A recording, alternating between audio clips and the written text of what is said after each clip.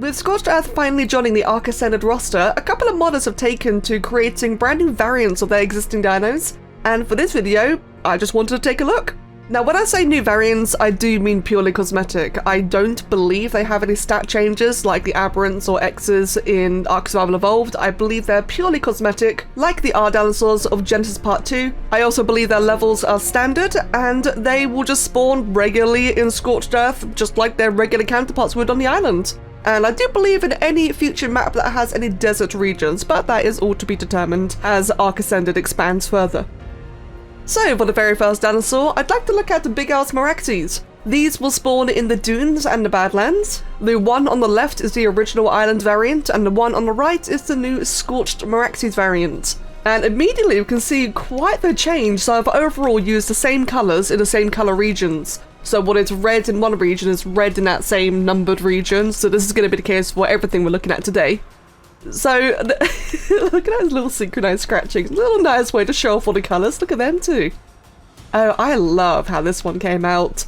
In terms of the colorations, comparing them back and forth, I love the vibrancy. But in terms of the actual patterning, so you can see that the golden stripes on the new Scorched one is a bit more bold and towards the shoulder and head, whereas the underbelly cyan is prominent just throughout the entire meraxes face and around its body. A little bit around the legs and tail as well, so it's got like a much more mottled effect, whereas the original one's got your standard, you know, nice tiger stripes and fairly clean regions. The new one is just overall more patterned.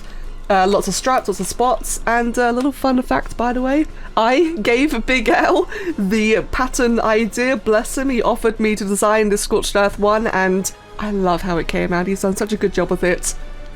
He really nailed the design, and it's so cool to see it in game, but that's not why I'm making this video. I do want to check out all the other Scorched variants, because again, the modders have been really cooking and really coming up with all sorts of really cool designs, and again, it's cool, it's nice to come back and just see, you know, dinos I've already covered, and just seeing it like in this entirely new light, although I would admit that shading is a bit obnoxious. There we go.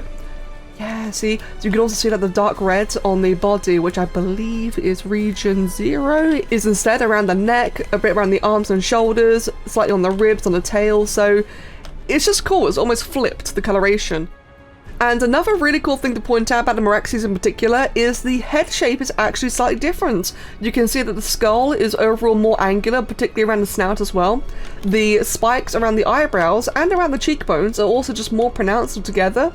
Big Al went for a more draconic theme, which is very fitting because not only do I like dragons, but also it's Scorched Earth, it's the dragon map, there's wyverns everywhere, and going for the more draconic one just felt really right. So next up, we're taking a look at Tristan's eocarcharioa. These can be found in the mountains and around a red obelisk, and once again, the one on the left is the island variant, the one on the right is the Scorched variant. I do believe that the island alphas can also be found throughout Scorched Earth as well, which is very handy because Scorched does have fewer alphas than we're used to on the island. And immediately we can just see very stark different patterning here.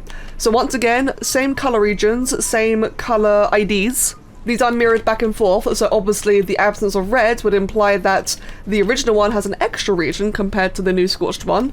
But it doesn't matter though, like I really love the way Tristan's done this, I don't know the technical term, the different regions all across the scaled back. It just looks really cool to look at, not to mention that where previously he went with the large, very dramatic triangular spots in a way, now it's again a more mottled effect. I really love what it's done with the cresting actually. We compare the cresting like left and right, all those subtle little stripes and spots around the back of the jaw, the also just, I don't know the correct wording, but just all of the little wavy bits around the actual, you know, hardened crest itself. Oh, look at that, a little nice pose for us, thank you so much. Thanks. It just looks absolutely fantastic. Oh, it's really cool. I love seeing how these vary. It's so cool that everyone's just kind of decided, hey, yeah, let's make Scorched variants, and it's awesome just seeing the same dinosaurs in totally new schemes, totally new patterns. It's really refreshing, and it's just a nice fit for everyone in case you didn't like their original color scheme or their original patterning. You know, you get more options. Again, the tails as well. I like how the tail on the new one is segmented that way. So when you come across those in the wild, that's going to be really nice and vibrant. And also just the way it's highlighted all the scales surrounding the spikes on the tail. It's another really nice touch. Now for this one, we're looking at Nick's diamantinasaurus, which can be found in the Oasis and in the Green Desert. And again, left is Original Island, right is New Scorched. And immediately we can see the Scorched one's got like a very, very vibrant pattern. So one thing to note actually is that, again, the colour regions and IDs are mimicked among each other. So what you see is red on the left ones, the red spikes, is the red patterning on the Scorched one. So that being said, I noticed that the nose sac, shall we say, is actually the same region as the underbelly for the Scorched one, while on the Island one, the nose sac is its own independent colour.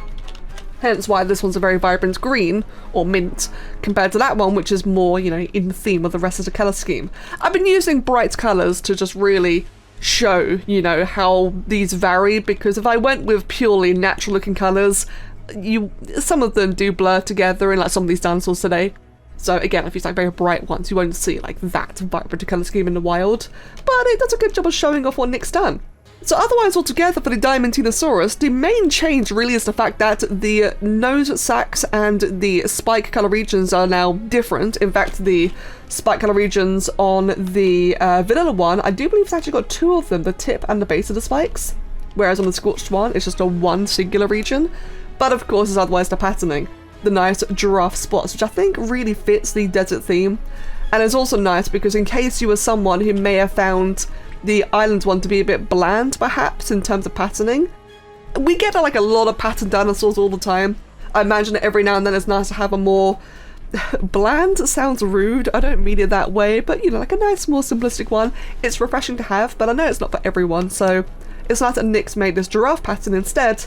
So again, options for everyone. You can either have a nice simple one or a more complicated vibrant one, which with mutation breeding can have some very interesting results. And hey, not to mention, we just get to have a vibrant sauropod. That's awesome. We don't really have that right now, do we? I guess the X-Brachy, but that's gonna be a long way away. So yay, big sauropod. Thank you, Nick. So now for our next dino is one I've actually not had the chance to cover yet, but I've been really meaning to, so don't worry, this one's coming very soon.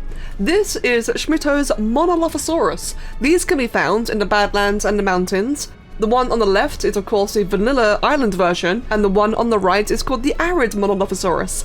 I'm also, again, quite sure that vanilla island alpha ones spawn in Scorched Earth. Not 100%, but I imagine that they would. And same as before, we again had the colour regions and colour IDs mirrored, although I will admit it's a little bit harder getting a nice zoom in. Oh, there we go. So these two, I love the crests. I really love the crests. It's a little bit trickier to get the to get the photo mode to cooperate with this one, so I am sorry for the blaring, but that's just the nature of smaller dinos. Although they do look really adorable. I'd look forward to covering these properly, but more on topic. The immediate thing I've noticed here is that the crests, while they are the complete same colour region and therefore the same colour ID, the original island one has a really cool looking transition between like all the dappled markings across the body, and a dappling occurs in the crest as well. Not so much on the Scorched one, it's a much more clean cut if you prefer that, or at least it's a little bit of dappling with the underlying base red colour pattern, but otherwise it's much more vibrant and sticks out more.